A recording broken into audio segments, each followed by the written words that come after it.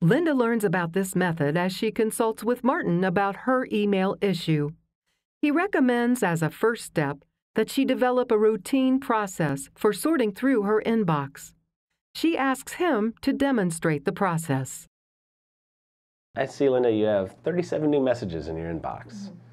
The first thing we're going to do is a quick scan. Look through all the new emails to get a sense of their content. Note those messages that look like a series of related items, as well as messages of low value that you may be able to delete, especially those dreadful spam messages like that one right there. After the quick scan, do step 2. Delete all the low value messages you noted in your initial scan. Don't be curious about addresses you don't recognize. They're probably external spam. If you see a message from an unknown sender and the message includes an attachment, a virus may be lurking. All the more reason to delete it immediately. Don't open it, just delete it.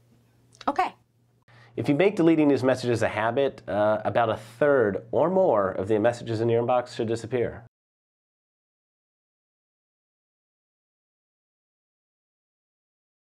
Third, focus on the sequences of messages that relate to one particular topic. It looks like here you have a bunch of emails with the same subject line. Read the first message in the sequence for a refresher, then read the last one or the most recent one sent. This should update you on the issue, and you should be able to delete the remaining messages on the topic. These 3 basic steps should take you 10 minutes at most, and your inbox should be reduced to 50% or less of its original size. Now the clutter is out of the way, and you can focus on the more important messages. So now I've got, looks like 12 messages left.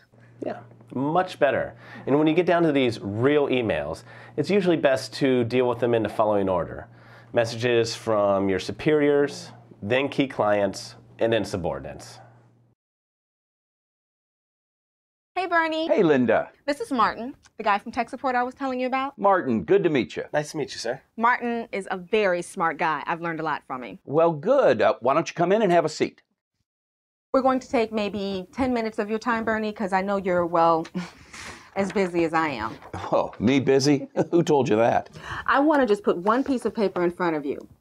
Reduction of email volume by 50%. Hours saved for our average salesperson, 5 hours a week. Hours saved for management, yours truly, 8 hours a week. And we've accomplished all of that in just a 6-week time because this guy is so smart. You can do that, Martin? Well, not just me. It takes a commitment from the group, a recognition that email has gotten out of hand. There are advantages and disadvantages to email, and we need to take advantage of those benefits while limiting some of the drawbacks that can steal away hours from your day. Yeah, my inbox, it seems like it just piles up. But what we're talking about is a process. It isn't, unfortunately, just one thing you can do. But it's not that hard either. You have to deal with the way people send messages, as well as the way each of us individually sorts through them. Everything in your inbox results from someone else sending you something. So it's partly changing the way we send messages, partly the way we receive and sort through them. That makes sense. Bottom line, we're talking about 5 things. You don't have to commit yourself to all of them. You can do the first thing and get, say, 30% of the benefit, and do others as you have time later. Okay. If you're willing to give Martin a little more of your time, maybe you guys can set up a meeting to review the steps and some of the great job aids and other materials he has. Sounds good. Why don't we put it on the schedule for tomorrow? Well, great. And Martin, if it's okay with you, I'd like to bring in my assistant manager and maybe one of the sales guys too. Not at all. That's actually a great idea. The more people you get to buy in early on, the better. Before we leave and let you get back to your email, Bernie, I'd like to point out one other thing. There is a number at the bottom of this sheet, $28,000.